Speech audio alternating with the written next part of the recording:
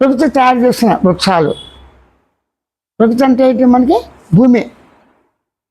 మనం ఇక్కడే కదా ఉంది. నువ్వు పుట్టి పెరిగింది ఎక్కడ? భూమి. అంటే మెడ్రాస్ అంటావా? మరి భూమి ఎక్కడికి తీసుకెళ్తుంది? తిరుగుతూ దాని వంశం ఉందిగా. సౌర కుటుంబంతో ఇది ఒకటి, దీనికి ఒక కుటుంబం ఉంది, అలా వెళ్ళిపోతుంది. ఎక్కడికి వెళ్తున్నారు మీరు? ఇవన్నీ ఎలా తెలుస్తున్నాయి? మనసు చేత. ఆ మనసు అంటే అనుకునేవాడు, స్మరించేవాడు. ఆ మనసుకు లక్షణాలు ఏంటి?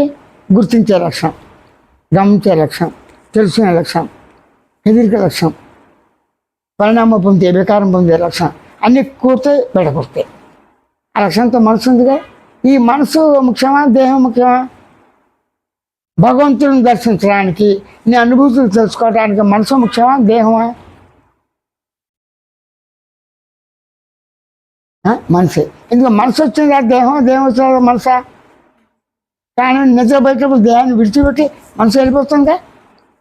చచ్చిపోయినప్పుడు దేహం దేహంగా ఉంది, నేను అనే ఒక మనసు అనుకో, జీవుడు అనుకో, వెళ్ళిపోయాడుగా. అప్పుడు ఏది ముందుంది? నేనుందా, శరీరం ఉందా? నేను అస్థిపంజర ఆకారంగా ఉందా, మెదడుగా ఉందా? ఇవన్నీ వస్తువులుగా, అవయవాల భాగాలు, ఇవన్నీ పదార్థాలుగా. కిడ్నీస్, ఎముకలు, షట్చక్రాలు, మెదడు, ఇది తాళమండం, కాల్చ, జ్ఞానం, ఇవన్నీ వస్తువులేగా. వస్తువు అంటే ఏంటి? పదార్థం. మరి నేను ఎలా ఉందో పదార్థం ఉంది. పదార్థం లక్షణాలు లేకుండా కూడా నేను ఉంది, అన్ని కనబడదు. ఇప్పుడు నొప్పి ఉంది, నొప్పి అనుభూతిని ఫోటో తీయగలవా? సుఖానుభూతిని, చేదు అనుభూతిని ఫోటో తీ. కానీ ఫోటో తీయవు. కానీ ప్రత్యేకించిన నాలుక సద్రుచులు 6, ఉప్పు ఉప్పు ఎక్కువైంది, కారం ఎక్కువైంది అంటే సిమ్టమ్స్, అంటే స్ఫురిస్తాయి. అంటే నువ్వు కూర్చున్నావు, ఉండి ఏదో కుట్టింది దోమ, పెట్టిన దేహం కొట్టగానే ఉంది. నేను మాట్లాడుతుంటే మీరు ఏదో చెప్పాలి. కొట్టగానే ఎఫెక్ట్ దేనికి వచ్చింది? దేహానికి. నొప్పిగా ఉంది అన్నదేవి మనసు. నిద్రపోతే దానికి కుట్టినా కుట్టమని తెలియదు. చచ్చిపోయిన తర్వాత కుర్తి ఏమవుతాయి? పది దేహంతో కుళ్ళిపోయి జీవులుగా. అంటే అంత జీవమే, అంత చైతన్యమే. చైతన్యం అలా రెండు. చైతన్యం అంటే ఏంటి? గమనించే సాక్షి, తెలుసుకునే ఎరుక, గుర్తించే అన్నీ కూడా కలిపి తానే. కలిపి అంటే ఇలా కలపలేదు, గడపట్లేదు. కానీ ఎరుకే ఉన్నది. న్యాచురల్గా అందరికీ ఏముంది? కాన్షియస్, అవేర్నెస్ అన్నీ ఉన్నాయిగా. అప్పుడు నువ్వు ఎలా ఉన్నావు? కాన్షియస్గా ఉన్నావు. ఎలాగున్నావు? గమనించేవాడుగా ఉన్నావు. ఎలాగున్నావు? గుర్తించేవాడు. ఎలాగున్నావు? పరిణామం పొందుతూ కంటి కనబడకుండా అనుభూతిలో ఉంది, తెలుస్తున్నావు. ఈ 5 లక్షణాలు దేనికున్నాయి? నేనుకున్నాయి. ఆ నేనుగానే గమనించు అంతే. కన్నుని గమనించడానికి మాటలు వినొచ్చుగా, ఇది బంద్ చేస్తుందిగా, వినొచ్చుగా, నడవచ్చుగా.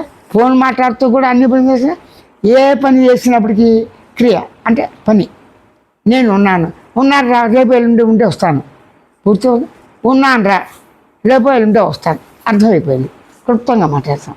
ఉన్నాను ఉనికితో, ఉన్నాను ఎరుగుతో, ఉన్నాను జ్ఞానంతో, ఉన్నాను మౌనంతో, ఉన్నాను ఆనందంతో అంటాడా? నువ్వు ఎలా ఉన్నావు అంటే అంటాడు, బాగా పిల్లలు పాప వెళ్తే బాగుంది, భారతదేశం ఉంది, యుద్ధం ఇది. మళ్ళీ నేనెవడని వెతుకుతాడు. నువ్వు అస్థిపంజరం నువ్వే, ఎముకలు నువ్వే, రక్తం, మాంసం, రుద్రం అన్నీ నువ్వే. కానీ నేను అలా లేదు. అంటే నువ్వు గమనించేటువంటి శరీరాకారంగా గుర్తించి వచ్చేటువంటి నిద్ర కళ మెరుగు నువ్వు లేవు. కానీ నేను లేకపోతే ఇవి లేవు. ఇవి ఉన్నా లేకపోయినా నేను, ఇవి ఉన్నా లేకపోయినా ఏముంది? నేనుంది. మనసులో లేనప్పుడు ఏముంది? నిద్ర హాయి ఉందిగా. ఇప్పుడు ఇలా మాట్లాడుతూ ఉంటే ఒక కునుకు వచ్చింది, నేను అనేది లేదుగా. దీని సంగతి అసలు తెలియదు. చెప్పా పెట్టకుండా దేహంతో చెప్పి నిద్రపోతా, దేహంతో చెప్పి టాటా కళ్ళగానే వస్తుంది. అది క్షణికం, ఇది దీర్ఘం. కళ క్షణికం, ఇది దీర్ఘం. ఈ రెండు నిద్రలోనే. 3వ అవస్థలు నీ ఎంత ఉన్నాయిగా. 3వ అవస్థలు నువ్వు ఎలా ఉన్నావు? నేనుకి ఏ అవస్థ లేదు. అన్ని అవస్థలు దానిలో పుట్టి పెరిగి దానిలో ఉన్నాయి. ప్రొజెక్టర్ వేరు, ఫిల్మ్ వేరు, బొమ్మలు వేరు, తెర వేరు. ఇప్పుడు ఆకాశం ఉన్న తెర మీద ఈ పుట్టి పెరిగే మొత్తం లోపల పెట్టిన సమస్త సృష్టి ఈ ఆకాశం నీలోనే ఉంది. కానీ నువ్వు ఆకాశంలో లోపల బయట లేవు. నీలోంచి వచ్చిన ఆకాశం నీలోనే ఉండి నీలోనే లేవు. ఇదే విభూతి యోగం. విభూతి అంటే మహిమ, అద్భుతం. నీలోనే ఉన్న ఆకాశంలో ఉన్న తెరలోనే నీవే విత్తనమై చెట్టై సమస్త ప్రాణికోటిని సృష్టించేసి నువ్వుగా ఉన్నావు అని తెలుసుకోవటం జ్ఞానం.